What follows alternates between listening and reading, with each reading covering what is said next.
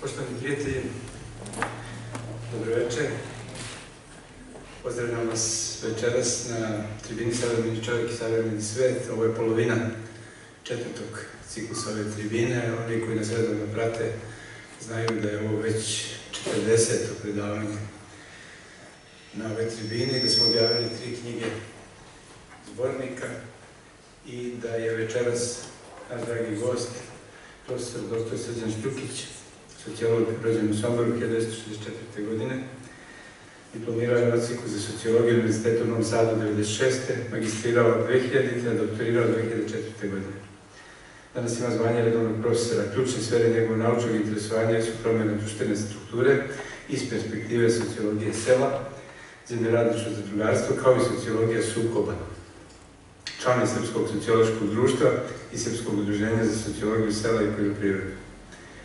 Tekstove objavljaju značajnim periodičnim listima na internet portalima, a osim kao autor u stručnim zbornicima potpisuje se kao urednik. Važniji naslov iz njegove bibliografije su Seljak i zadrug u Ravnici 2009.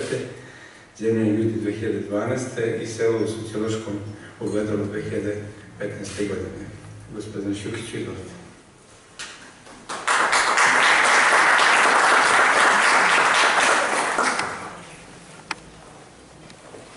Poštovani prijatelji, dame i gospodo, dobro večer. Ja bih najpre želeo da se zahvalim Biblioteci Matice Srpske i Matici Srpskoj na prilici da pred vama večeras govorim u ovoj seriji tribina pod naslovom Savremeni čovek i savremeni svet. Zaista mi je čast i zadovoljstvo, bez fraze i bez preterivanja, da govorim u jednoj ovako staroj srpskoj instituciji. Za mene izuzetno važno. Kada sam razmišljao o temi o kojoj ću večeras govoriti, ona se nekako sama nametnula. Govorit ću naime o odnosu između sela i grada danas, o nekim opasnostima koje vrebaju u situaciji kada je ruralno naspram urbanog potpuno potisnuto. Ja naravno imam i drugih tema koje sam istraživao, o kojima sam pisao. Nešto je pročitao gospodin Aleksić u ovom kratkom uvodnom izlaganju. Međutim, moja glavna linija istraživanja jeste ipak selo i sve što se zbiva sa selom. Promene na selu, promene društvene strukture i tako dalje. Bukvalno 20 godina, znači ravno 20 godina, ja se bavim istraživanjima u oblasti sociologije sela. I prešao sam neku vrstu, da kažem, punog kruga od istraživanja seoskog groblja 1998. pa sve do istraživanja kafana 2016. seoskih kafana i pčelara prošle godine. Dakle, posjedujem tu, rekao bih, jedno poprilično istraživačko iskustvo i mogu sebi da dozvolim, da kažem, jednu sintezu, jedno izlaganje, jedan pogled koji bi gledao, da kažemo, prema celini ovog pitanja, a to pitanje jeste odnos između sela i grada, to jest odnos između ruralnog i urbanog i opasnosti izvesne koje prete, kažem, zbog nesklada koji je stvoren, verovatno po prvi put u istoriji, između ova dva tipa naselja, između ova dva tipa ljudskog života. Sam naslov ove tribine zapravo nameće neku vrstu pitanja, dvostrukog pitanja. Ko je savremeni čovek i drugog, kakav je to savremeni svet? Ako ćemo pratiti ono što nam pružaju mediji i što nam pruža dominantna ideologija danas, onda je savremeni čovek svakako gradski čovek, urbanit.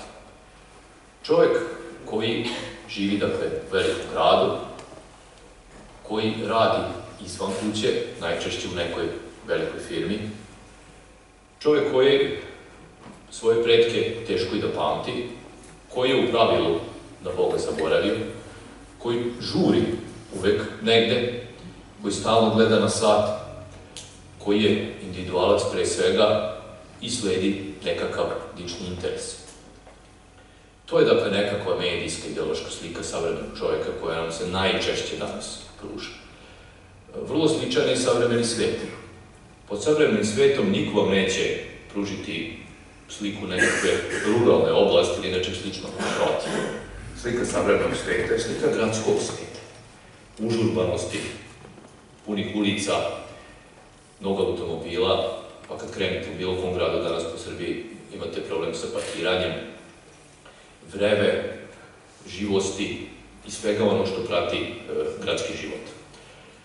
Kako se u tom i takvom savremenom svetu gleda na selo? Pa svakako ne kao na nešto što je potrebno i nešto što bi trebalo da prati ovaj gradski svet koji tako užurbano, po znacima navoda ili bez njih, žuri napred. Da li realna slika prati ovu ideološku sliku?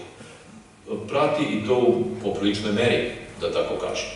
Ako pogledamo neke samo podatke, bit će nam jasno da se u poslednjih 200 godina, prilike ugrubo govoreći, ovaj naš svet jako promenio kad je reč o odnosu selskog i gradskog, kad je reč o odnosu urbanog i ruralnog.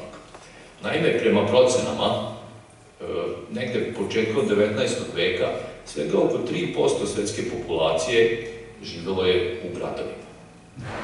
100 godina kasnije, znači početkom 20. veka, taj se procenat popeo na nekih 13-14%.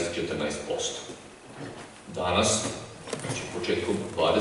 veka, do 21. veka, druga decenija već u stvari, prema podacima Ujedinjenih nacija, otprilike 55% stanovništva ukupnog svetskog živi u gradovima, znači to je urbano stanovništvo. Ako pogledamo po kontinentima, onda vidimo popriličnu razliku. Najurbanizovaniji kontinenti u tom smislu, u smislu broja stanovnika u gradskim oblastima, su Severna Amerika i Evropa, poglavito zapadna Evropa. Premda istočna ne zaostaje baš previše. Naime, to su procenti koji se kreću preko 80% u nekim zemljama. U nekim zemljama to je čak nešto što možda predstavlja iznenađujući podatak. Recimo, u Belgiji, prema statističkim podacima, 97,5% stanovništva živi u gradovima. Znači, maltene 100% urbanizacija. Najmanje urbanizovani kontinenti u tom smislu su Azija i Afrika. Azija i Afrika imaju najviše, dakle, stanovništva koje živi u ruralnim oblastima. Na svim drugim kontinentima, dakle, ta cifra prelazi 50% za urbane oblasti. Ako pogledamo Srbiju, onda vidimo da nam podaci govore nešto slično, to jest mi nismo, da tako kažem, daleko od nekog evropskog i svetskog proseku. To je od evropskog jesmo, ali tu smo negde na svetskom proseku. Pre otprilike 100 godina, malo više, hajde kažemo, pred prvi svetski rat, procenat gradskog stanovništva u tadašnjoj kraljevini Srbiji kretao se oko 13-14%. Znači, otprilike je to neki svetski nivo. Posle drugog svetskog rata, početkom 50. godina prošlog veka, taj procenat se penje na nekih 52-3%. Po poslednjim podacima u Srbiji živi u gradovima između 55 i 60% gradskog stanovništva. Ako pogledamo pokrajinu Vojvodinu, ona je otprilike na republičkom proseku. Naravno da tu postoje i nekakve statističke začkoljice u smislu određivanja šta je to ruralno i šta je to urbano, ali to su neki podaci koji su uglavnom tačni i prema kojima se čovjek može orijentisati i prema kojima se može kretati. Poglavito kad je u Srbiji reč, nije dosta imati u vidu samo te podatke o broju stanovnika. Jer ako se iz tog ugla pogleda, onda može čovjek da kaže, pa evo, u Srbiji postoji koliko toliko nekakva ravnoteža između ruralnog i urbanog. Pogotovo ako primenimo, recimo, kriterijume koje koristi OECD. Prema tim kriterijuma ispada da 45%, znači ispod polovine stanovnika Srbije, živi u gradu. Ispada da je Srbija još ruralnija nego što jeste. Međutim, treba pogledati i onu kvalitativnu stranu. A ta kvalitativna strana, koja opet na neki način može da se prikaže u brojkama, jeste da naša sela trpe ozbiljne demografske, dakle, ovo trpi ozbiljno demografsko, naše selo trpe ozbiljno demografsko opadanje. Naime, između dva popisa, onog 2002. i ovog posljednjeg 2011. godine, stanovništvo Srbije je opalo oko 4%, ukupno kad se gleda. Seosko stanovništvo je opalo oko 10%, mnogo više nego gradsko.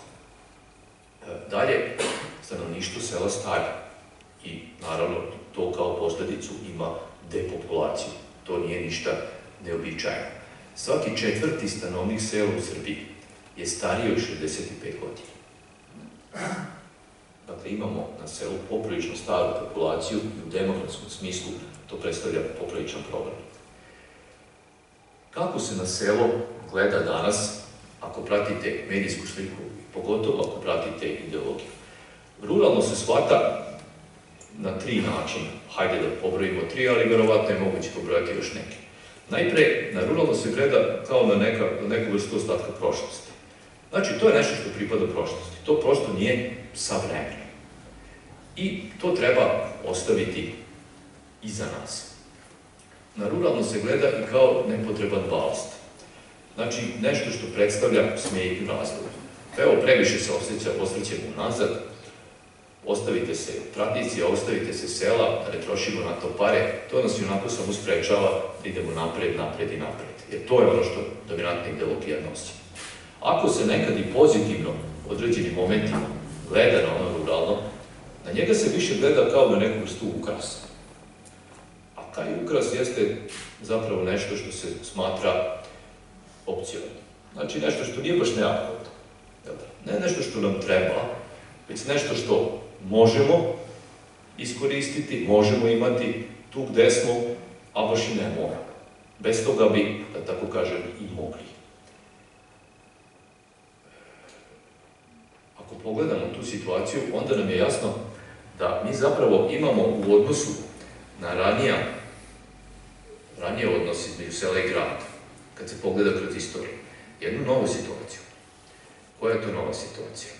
Naime, ako neko misli kako kroz istoriju civilizacije su se selo i grad uvek međusobno poštovali, pa se uvek na selo gledalo, barem do sada, kao na nešto što treba poštovati, što treba ceniti, slediti, vrednosti njegove i tako dalje, naravno da nije bilo tako. Selo je uvek bilo ocenjeno, iz grada se uvek na selo gledalo na određen način podcenjivački. I to nije sporno, to je nekakav, da kažem, trajni odnos među sela i grada. Međutim, ono što je novo u ovim pogledima koje imamo danas, jeste zapravo jedna potpuna negacija ruralnog. Znači, na ruralno se gleda kao na nešto što je potpuno nepotrebno. Čak neka vrsta smetnje. To je novum koji nam donosi savremenost kada je reč o odnosu ruralnog i urbanog. Naravno, sa pravom bi se mogli zapitati, a zbog čega bi to uopšte bilo važno? Jer, ako je tačno ono što slušamo, onda zaista ruralno jeste neka vrsta ukrasa koje možda postoji, a ne mora. Ništa nam to nije, da tako kažem, neophodno. Kako bi to rekli u anglosaksonskim krajevima, neće biti ruralnog, pa šta onda? What's a big deal? Šta bi sad tu se mnogo promenilo? Međutim, tu ima zaista ozbiljnih pitanja i stvari koje zahtevaju ozbiljno, ja bih rekao, našu pažnju. I nešto što može da ugrozi i identitet određenih društava, pa i njihov čitav opstanak. Naime, selo i grad se kroz istoriju pojavljuju kao komplementarni društveni obrasci. Šta bi to značilo da su oni komplementarni društveni obrasci? Oni se naime javljaju zajedno. Vrlo često u udžbenicima se može pročitati kako su prva ljudska naselja bila sela, pa su se onda pojavili gradovi i tako dalje. To tumačenje mislim da nije sasvim dobro, jer se zapravo selo i grad pojavljuju zajedno. Zašto? Pa zato što se međusobno definišu. Selo je selo uvek u odnosu na grad, a grad se pojavljuje uvek kao središte društvene moći, ekonomske, političke, kulturne. Po definiciji, nekako selo je podređeno gradu. I to nije sporno. Znači, ako govorimo o odnosu između sela i grada, nipošto ne možemo da pričamo o nekakvoj idiličnoj slici, nekakve apsolutne ravnoteže, uzadno poštovanje i tako da. To nije tačno jednostavno. Uvek je odnos sela i grada bio takav da je selo bilo podređeno gradu. I to što nije sporno. Grad je, kaže, bio sedište društvene moći, iz grada su se prelivale promene na selo, ali ono što je bitno za zapaziti jeste da su selo i grad bili komplementarni, kako ovde kaže na ovom slajdu Milan Mitrović, društveno-kulturni obrazci. To praktično znači da su uvek išli zajedno i da je zapravo svaki vitalni problem grada bio na neki način vitalni problem sela, ali i obrnuto. Da je svaki problem koji ima selo odražavao se na određeni način na gradu. Da grad i selo idu zajedno, kao što idu zajedno centar i periferija, kao što idu zajedno nadređeno i podređeno, kao što idu zajedno izvori utoka, recimo. Ta njihova komplementarnost zapravo može biti izražena kroz sagledavanje njihove međuzavisnosti. Dakle, to što oni nikad nisu bili jednaki kroz istoriju gledano, to ne znači da nisu bili međusobno zavisni. Sociolog Piterim Sorokin, koga bi mogli nazvati rusko-američkim sociologom, je se rodio u Rusiji krajem 19. veka, bio hapšen od strane carističkog režima, pa posle bio hapšen od strane bolševika, najzad se nekako našao u Sjedinjenim Američkim Državama. Napisao je sa jednim Amerikancem, pravim, da tako kažem, Karlom Cimermanom, i objavio 1931. godine knjigu koja se zove Principi ruralno-urbane sociologije, gde je između ostalog pokušao da objasni u čemu se sastoji međuzavisnost sela i grada. Kao što rekao, kao nekakvi komplementarnih obrazaca. Tu bi se trebalo fokusirati i trebalo istaći 3 stvari. Kao prvo, grad i selo, po mišljenju Sorokina, su uvek bili ekonomski međusobno zavisni. To jest, gradu su uvek trebale hrana koja se proizvodi na selu i trebale se sirovine iz ruralnih oblasti za gradsku industriju. Sa druge strane, gradu je trebala roba koja se proizvodila u gradu na industrijski način i trebala je selu takođe trgovina, koja je takođe bila stacionirana u gradu. Drugi oblik međuzavisnosti između sela i grada bio je vezan za društvene osobenosti sela i grada. Grad je nešto što nosi društvenu dinamiku, donosi promene. Grad je središte inovacija, društvene užurbanosti, dinamičnosti života. Život u gradu, društveni život u gradu sprečava društvenu stagnaciju. Sa druge strane, selo daje društvu stabilnost. Ono je mirnije, život u selu je mirniji, ono drži i održava društvene strukture duže vremena i tako na određeni način sprečava društvenu anarhiju. I nekakav balans, između sela i grada zapravo znači da će to društvo koje ima i taj dinamički element i onaj nekakav statični, trajniji, biti u nekoj vrsti ravnoteže i da će moći da obezbedi sebi opstanak. Tu bi moglo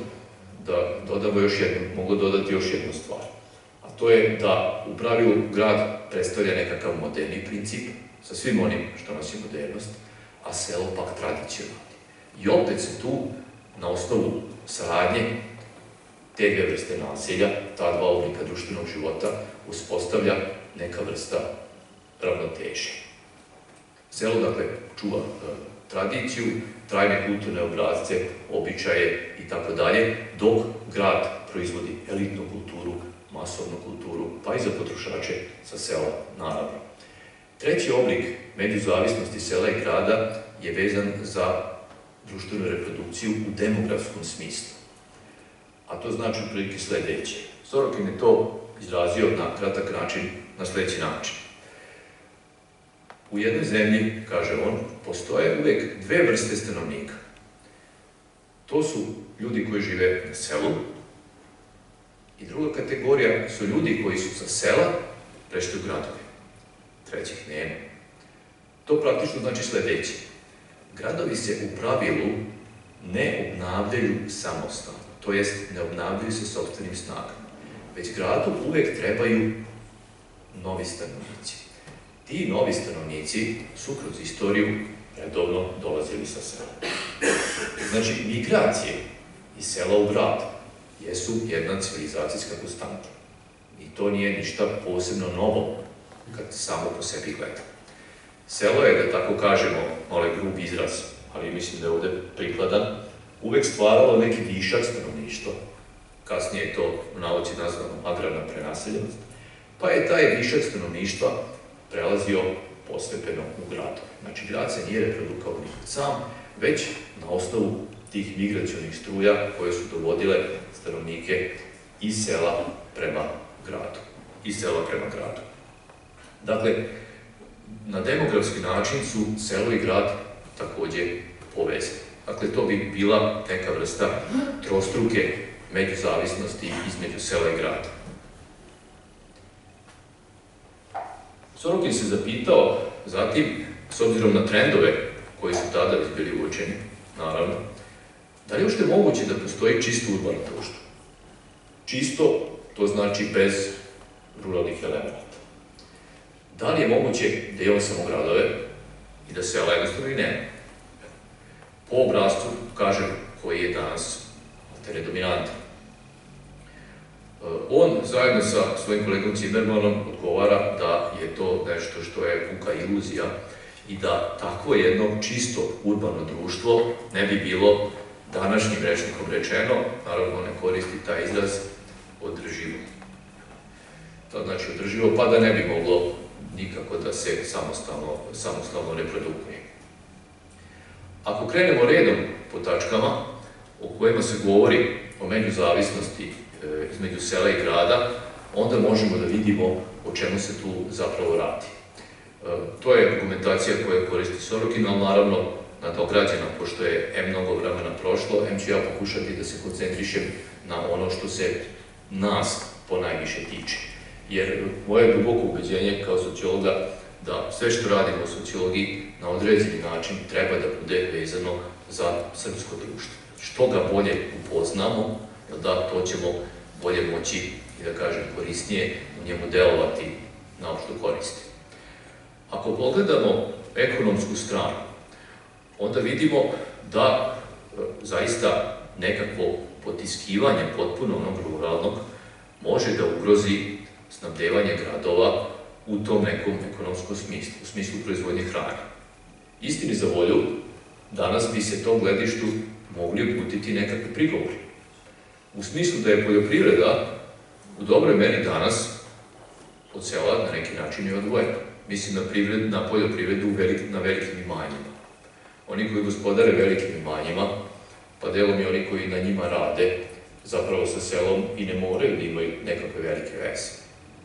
Pitanje, međutim, vrlo ozbiljno i o tome pišu i to pitanje razmatraju sociolozi sela danas i agroekonomisti također, da li bi takva proizvodnja uopšte bila dovoljna i da li zapravo se bez proizvodnje hrane na malim gazdinstvima, bilo gde u svetu, može računati na nekakvo valjano snabdevanje hranom i drugim proizvodima od strane za gradsko stanovništvo. Dakle, to čak i ako je upitna stvar, već samo po sebi može se predstaviti kao dovoljno ozbiljno pitanje. Naravno, vi uvijek možete da kažete, pa da, ako mi nemamo, mi ćemo da uvezemo. Ali ovo samo po sebi stvari ne rešava. To je sasvim jasno i poznato. Druga tačka bi bilo pitanje društvene stabilnosti i pitanje kulture i identiteta. To su uglavnom stvari koje su kvalitativnog karaktera. Imati samo urbana naselja zapravo znači imati društvo koje bi bilo ugroženo izvesnom nestabilnošću. Jer bi imalo samo taj dinamički element, a onaj koji ga zadržava, koji stabilizuje stvari, bi u potpunosti izostao. U smislu kulture, to je poprilično ozbiljno identitetsko pitanje, jer gradski život i gradski ljudi jesu na određeni način iskoreni. I to je nešto što gradovi sa sobom nosi, to uopšte nije sporno.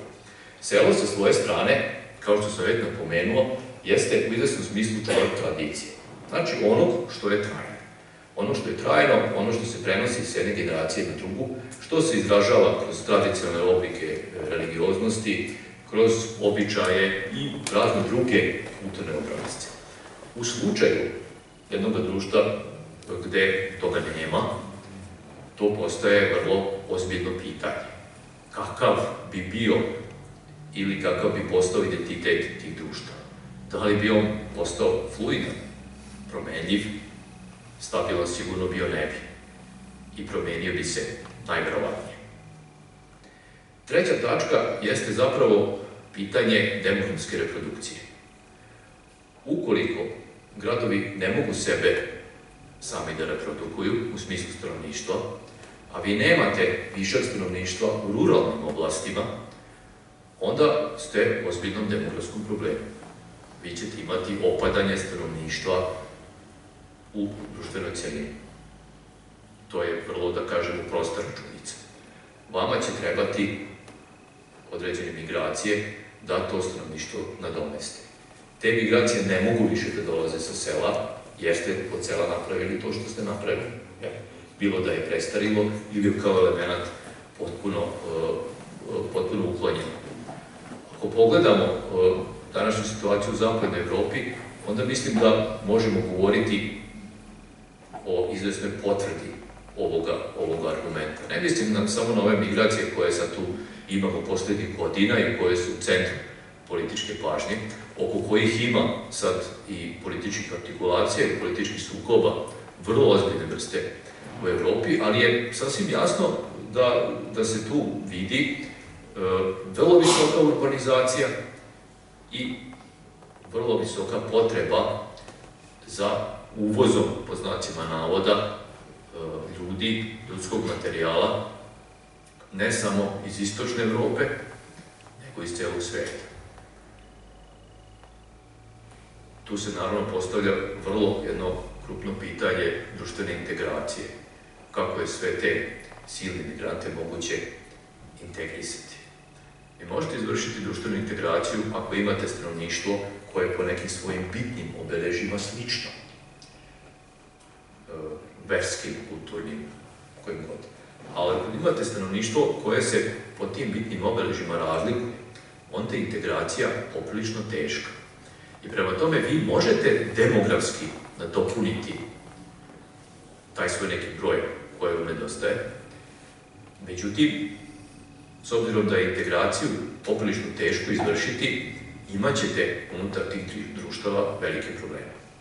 I to je delimično, ja neću da bagatelišem stvari pa da kažem da je to jedini uzrok i tako dalje, ali to je najverovatnije delimično uzrok ovog što danas vidimo da se događa u zapadnoj Evropi. Jednostavno, zapadna Evropa nema više ljudi dovoljno. Nema više radne snage dovoljno. I mi smo svedoci ne samo tih migracija iz Severne Afrike i Bliskog istoka, nego ono što nas mnogo bliže i snažnije pogađa, a to je migracija naših ljudi, poglavito mladih, i naravno oni su za migraciju najsposobniji, u istom smeru. U istom smeru koji, dakle, nadopunjuju ono što u zapadnoj Evropi najviše, ne samo u zapadnoj Evropi, ali ponajviše njima na određeni način nedostaje. Ako pogledamo Srbiju i našu situaciju, možemo samo da se prisetimo ovih cifara koje sam malo pre spomenuo. A to je da se stanovništvo smanjilo između dva popisa, oko 4%, da imamo prilike svake godine pad broja stanovnika. Obično se spominje veličine jednog grada, 30, 35 do 40 hiljada, da nam selo stari i da selo jednostavno ne može da stvori višak stanovništva koje je stvaralo generacijama i desetinama godina unazad. Postoji tu jedan podatak koji hoće malo, da tako kažem, da zavara. A to je podatak o prirodnom priraštaju. Pogledajte opštine po Srbiji, vidjet ćete da je u svim opštinama skoro do jedne. prirodni priraštaj je negativan. Ako na trenutak samo zbog verskog faktora apstrojekujemo Rašku oblast, znači Novi Pazar, Tutin, Sjenica, onda vidimo da je prirodni priraštaj zapravo jedino pozitivan u centralnim beogradskim opštinama i u Novom Sadu. Sad je naravno pitanje kako to treba objasniti. Da li to zapravo znači da ovaj malo pre spomenuti Sorokin nije bio pravo, jer evo, pozitivan prirodni priraštaj je baš u gradovima. No tu ima najmanje dve stvari na koje treba skrenuti pažnju, a koje, da tako kažem, malo razotkrivaju ove statističke podatke.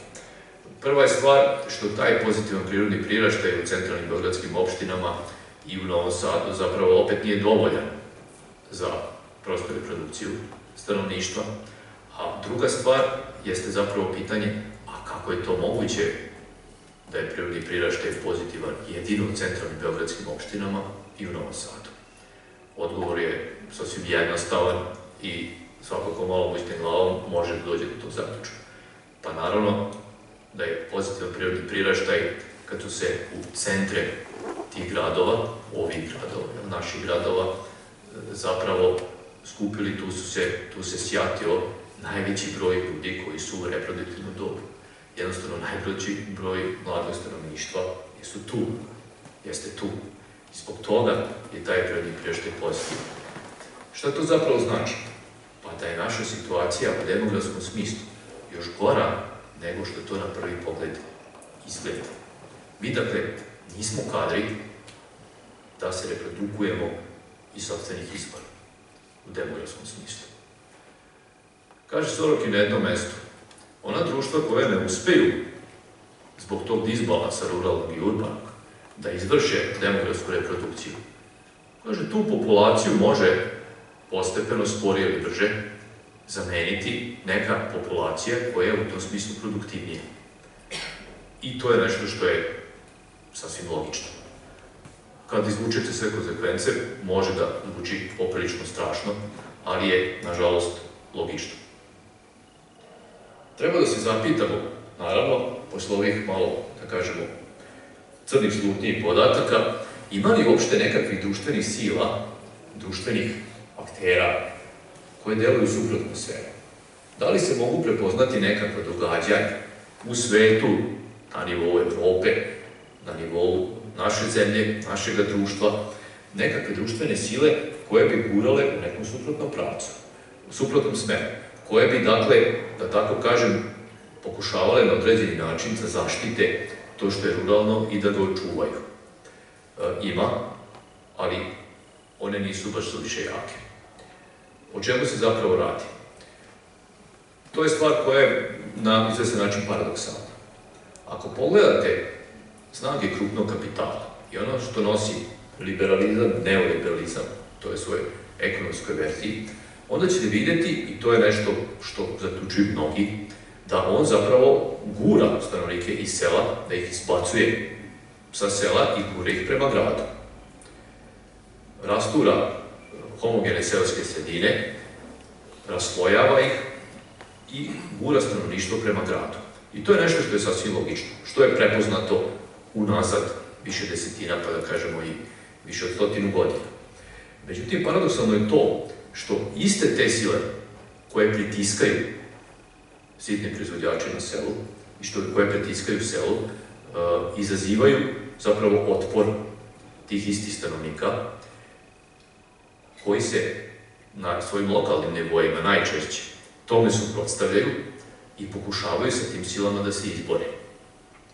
To se zvuči apstraktno i mi bi možda mogli da kažemo, pa da, slušaj, to može da se prepozna možda u Latinskoj Americi ili u nekom drugom delu sveta.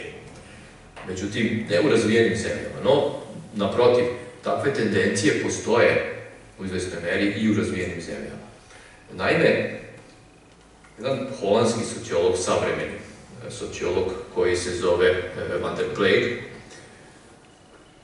čovjek je tu negde između 60 i 70 godina, otprilike, mislim, prošle godine da se penzionisao, radio je na univerzitetu Wageningen u Holandiji, to je jedan od najpoznatijih univerziteta na kojem je najrazvijenija sociologija sela. Naime, on je tvrdio i svojim istraživanjima ustanovio da zapravo zapadnoevropski farmeri, koji su neka vrsta uzora, jel da, i za naše poljoprivrednike, a pogotovo kad je reč o holandskim farmerima, počinju da primenjuju u svom delovanju iste one obrazce koje je nekad primjenjivalo tradicionalno seljaštvo. O čemu se tu zapravo radi? Na njih se kaže, on vrši strahovit pritisak od strane velikih kompanija, znači onih koji prodaju poljoprivredne inpute, onih koji otkupljuju poljoprivredne proizvode, zatim od banaka i tako dalje. I oni traže sve načine kako bi se tome suprotstavili.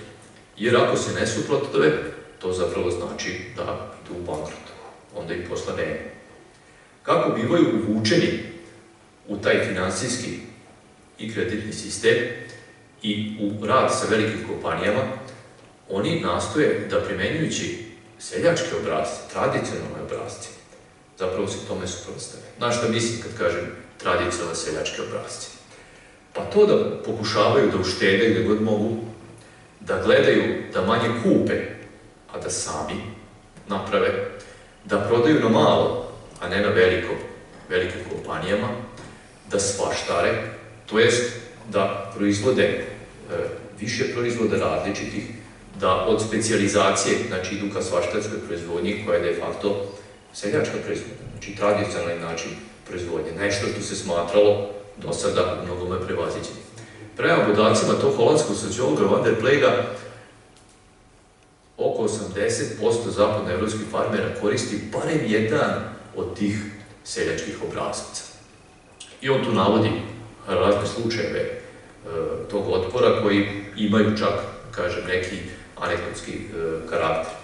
Gde u jednom slučaju jedan holandski farmer zove bankara koga je uzeo kredit i kaže mu da on ide na odmor.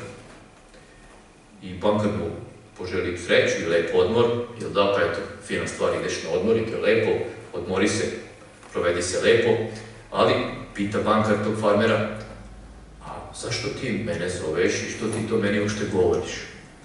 I farmer odgovara, pa stvar je prilično jednostavna, pošto sam ja zadužen kod tvoje banke, ove moje krave su više tvoje nego što su moje. Prema tome, kad ja odem na odmor, tvoje će biti o njima da brineš. Dakle, tu je situacija malo složenija nego što izgleda. No, u celini gledano, te sile koje deluju u suprotnom smeru, jesu zapravo poprilično slabašne, one su rascepkane i lokalnog karaktera, uglavnom. I očekivati da se nešto ozbiljnije promeni u tim trendovima, samo na osnovu delovanja tih lokalnih sila i ovih fragmenata o kojima sam upravo govorio, bilo bi zaista nerealno. Dakle, ukoliko mi želimo da ove trendove zaustavimo, ako ne i preokrenemo, onda je tu svakako neophodna intervencija države. To nije sporno. Znači, organizovano delovanje koje bi te stvari predupredilo. To spada u izvesnom smislu u ono što se danas zove rural development, znači ruralni razvoj. To je politika koja je poprilično razvijena u Evropskoj uniji, u kojoj se naravno kod nas govori, radi se na tome i tako dalje. Od pomoći organizovanja zadruga, subvencionisanja poljoprivrednih proizvođača, subvencionisanja recimo posebno poljoprivrednih gazdinstava koji imaju mlađu radnu snagu i tako dalje, izgradnja infrastrukture na selima i slično. Međutim, opet je tu sasvim očigledno da uz svu tu aktivnost, a vi kad vidite kako činovnici pričaju o tome iz raznih ministarstva, kad vidite tu šumu propisa i kad vidite tu gomilu para koja se ulaže u taj ruralni razvoj, dobro, kod nas je taj gomila znatno manja, u Evropskoj uniji je povelika. I opet vidite da rezultati nisu baš onakvi kakvi bi se mogli očekivati. U smislu da oni nisu dovoljni ni pošto da se ti trendovi preokrenu. Ni po jednoj od ovih tačaka o kojom govorim. Šta tu nedostaje, eventualno?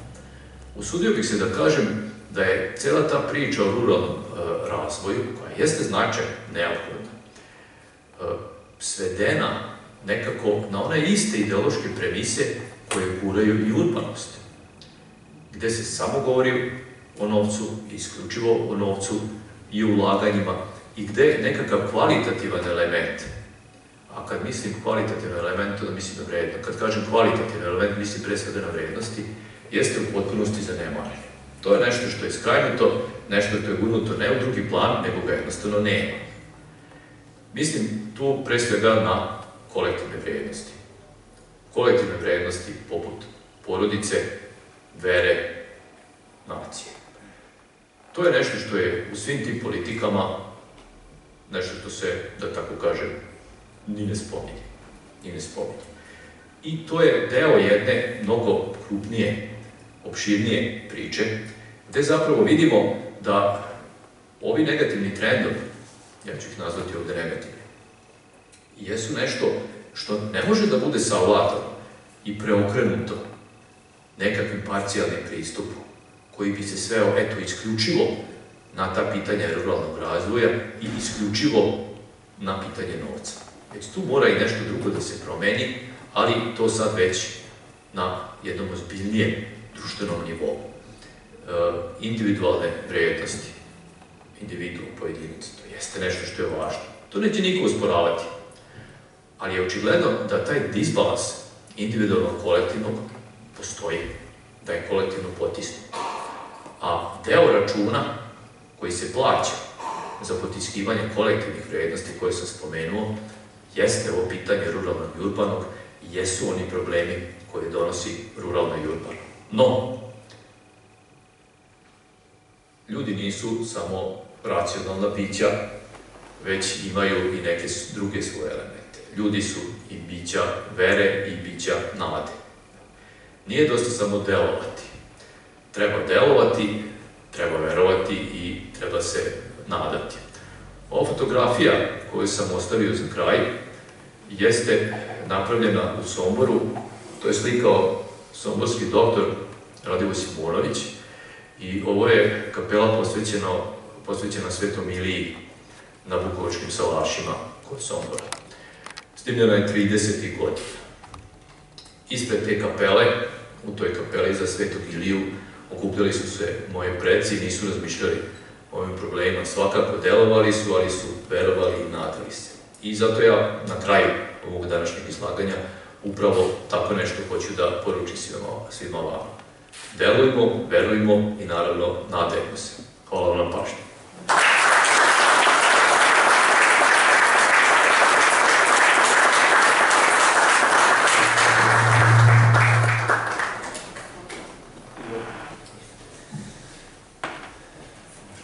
Dragi prijatelji, zaista je bilo zadovoljstvo slušati ovo koncizno i pedantno izlaganje profesora Štukića o temama koje nismo imali često prilike ovde da čujemo, možda nekim naznakama, samo kod nekih govornika do sada, od ovih 40-ak koji smo imali, ali ovu distinkciju sela i grada, ruralnog i urbanog, nikak da nismo još čuli na ovaj način postavljeni, baš onako kako o njoj treba govoriti.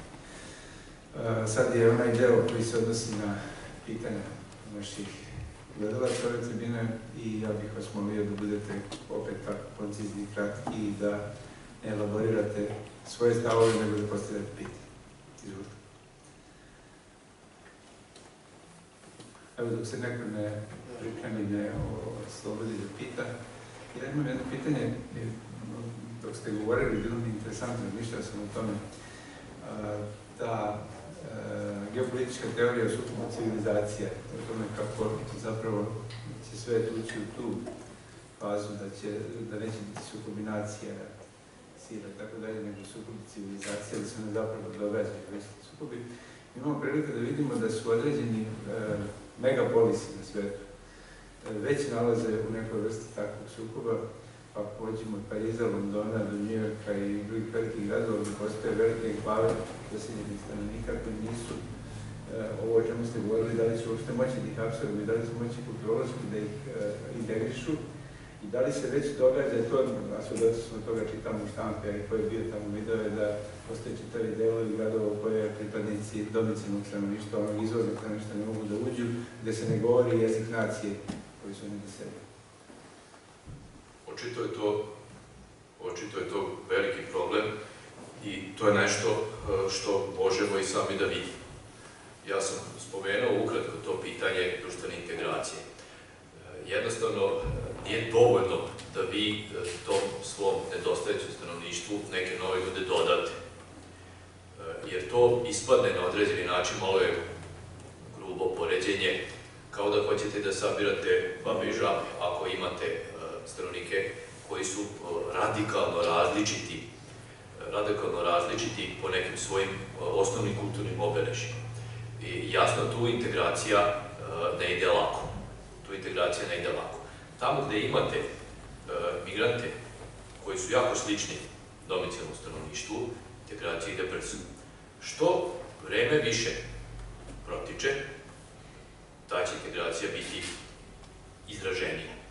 Možemo pogledati ono, nema veze mnogo sa ruralnim i urbanim, ali ima veze sa integracijom, što se zapravo dogodilo na ovim našim balkanskim prostorima tamo 90. godina, gde smo imali posle onih ratnih zbivanja, ozbiljne prisilne migracije i integraciju stanovništva u srpsko društvo, koja je išla poprilično glatko. Zašto? Pa zato što su sva osnovna kulturna obeležja domicilnog stanovništva i migranata bila ista. Mislim da je u tom smislu, kažem, i određena politika u susednim zemljama na to računa.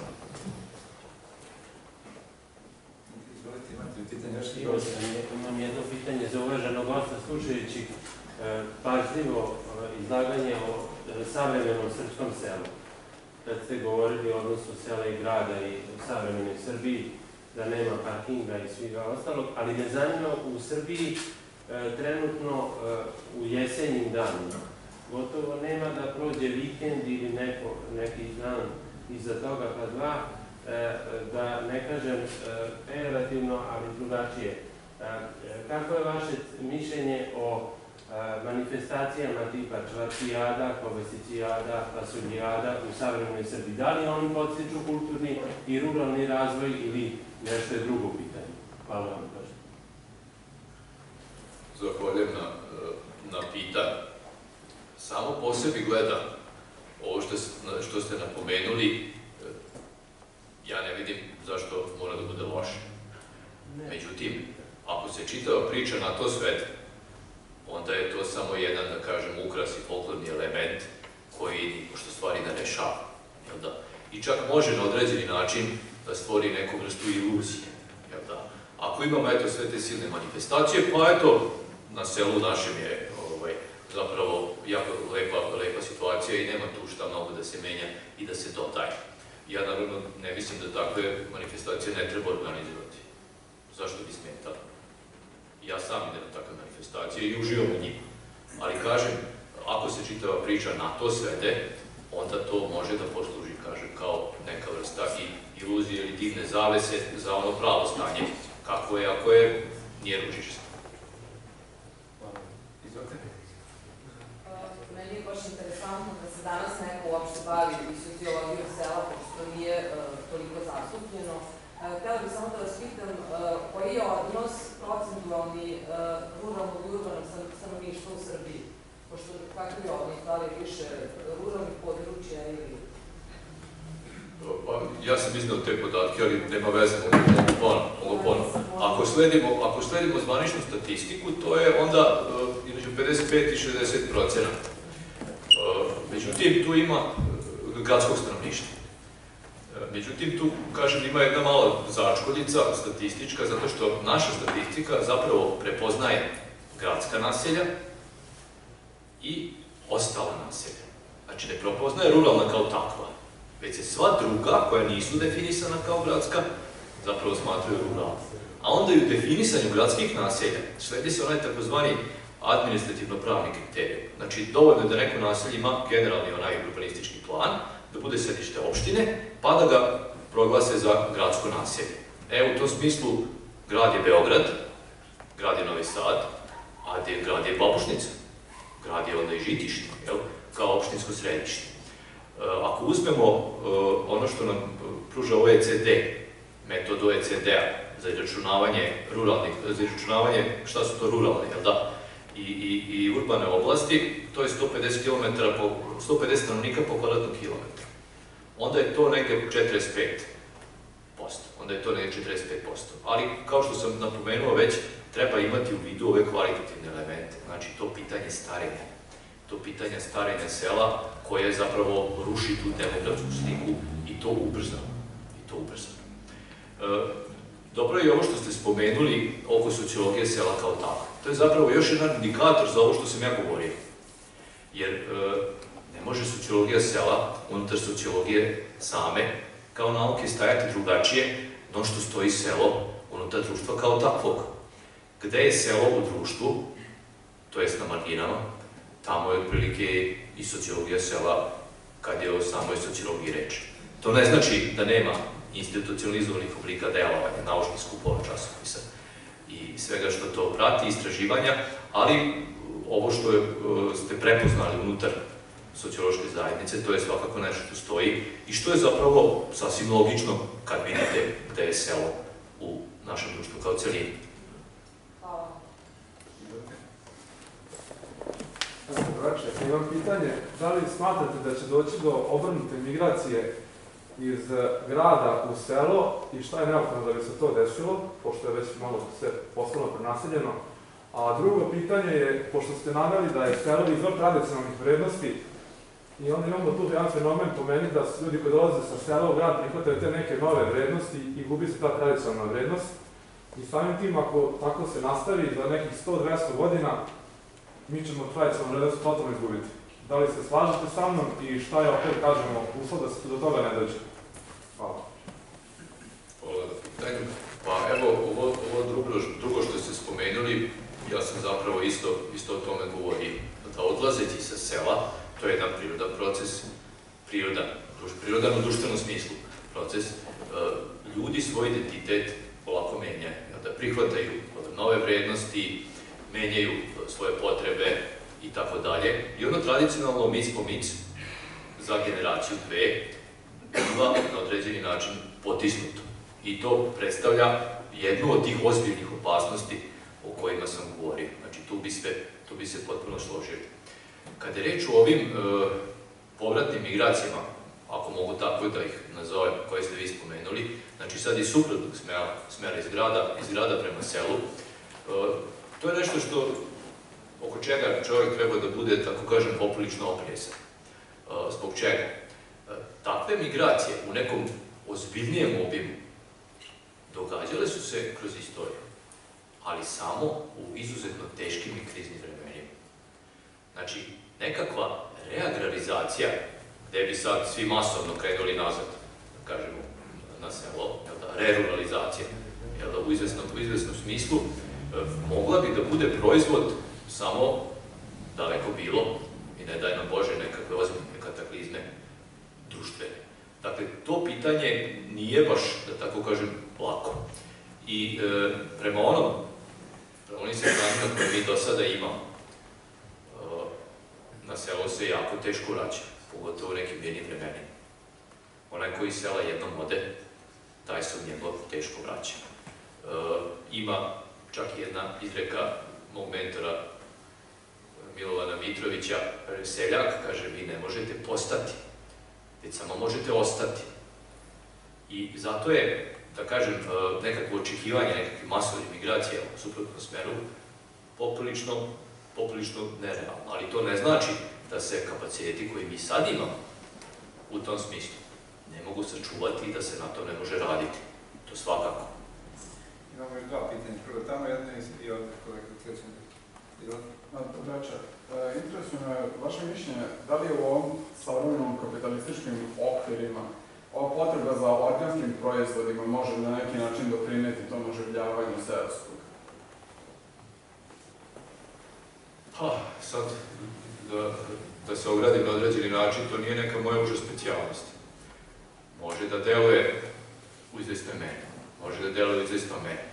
Međutim, I tim, da kažem, i tim postupcima i u toj sferi stvar se zadržava u okviru onog što sam ja govorio, ruralni razvoj. Znači, i dalje imate individualizam, i dalje imate liberalne vrednosti, i dalje imate nešto što kolektivno zapravo zanemaruje i potiskuje. No, kao jedan od segmenata u cijeloj priči, to je svakako važno, kao što su važne manifestacije, kao što su recimo važne zadruge.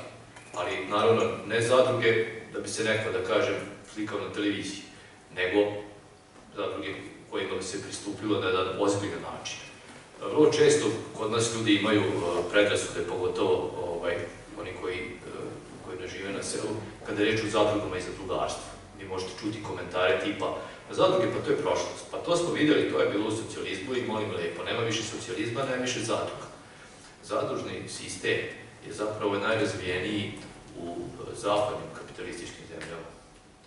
I uvijek je bio tamo najrazvijeniji. Mi smo između dva sveca rata, recimo, imali vrlo ozbiljno razvijeno zadrugarstvo. Svetski zadružni savez danas ima oko 800 miliona članova. On je osnovan krajem 19. veka, 1896. godine, i u osnivanju je Zadružnog saveza svetskog, kažem danas postojećeg takođe, učestvovalo 12 zemalja. Jedna od njih, Kraljevina Srbije, koju je predstavio Mihajlo Abramović. Znači, to je jedna kockica uz ovo što ste vi spomenuli, što je svakako bitno, ne uzeto samo po sebi, ali u jednu spletu aktivnosti svakako. Hvala. Ovo je uvijek bilo zadovoljstvo slušati profesora Šljukića. Moje jedno pitanje, pričali ste o tim slavnim silama koje vraćaju stanovništvo na selo i u generalnim tendencijama koje stanovništvo iz sela dovode u grad. Ali da li postoje neke planske sile, snažne sile koje odloče stanovništvo iz sela u grad i koji je bio krajnji cilj tako jedno od njih takvih snažnih sila, a možda u kontekstu, na primjer, početka industrijske revolucije, kada je za kratko vreme stanovništvo iz sela u Engleskoj prešlo sa sela u grad. Da to što spominjete, to je zapravo osnovni princip. Šta je cilj kraja? To je osnovni princip kapitala, koji traži, znači, centralizaciju, traži koncentraciju i stalno traži novu radnu snagu.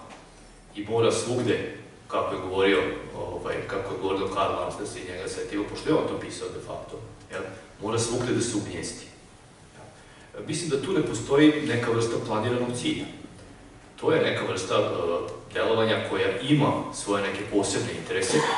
To su interesi velikih kompanija, to su interesi vlada, određenih, koji su sleđeni i koji izazivaju zapravo te posljedice. I koji deluju, kao što sam napomenuo, to je do duše posebna tema i poprilično je složena, na dvostruk način. S jedne strane teraju ljude sa sela, izvlače ih kao radnu snagu za gradske delatnosti, a sa druge strane izazivaju termičan otpor. Otpor, znači ne u smislu povratka na selo, već otpor onih koji su već na selu. Kroz razne lokalne inicijative, lokalno delovanje i kroz, kažem, povratak ovim tradicionalnim seljačkim obrascima u proizvodnji. Hvala. Verujem da delite moje mišljenje da smo prisustvovali jednom lepom predavanju, korisnom pre svega i predavanju koje je u ovom formatu i u ovom obliku nedostajalo tribini Savremeni čovjek i Savremeni svet. Ja čestitam i zahvaljujem profesoru Šljukiću što je večeras bio naš gost, a vama zahvaljujem na pažnju.